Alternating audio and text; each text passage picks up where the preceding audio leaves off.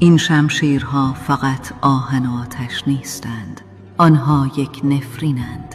قبل از خدای جنگ شدن کریتوس، آرس شمشیرهای آشوب را در گوشت او جوش داد. این یک هدیه نبود، یک اسارت بود. این تیغه ها نماد بندگی او بودند. وقتی کریتوس خانواده‌اش را کشت، این شمشیرها شاهدان خاموش بودند. او سعی کرد از آنها فرار کند، آنها را رها کرد و شمشیرهای جدیدی از آتنا گرفت. اما یک گذشته تاریک هرگز نمی میرد.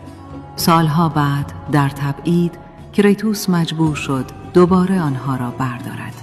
این بار دیگر برده نبود، پدری بود که با سرنوشت خود روبرو می شد.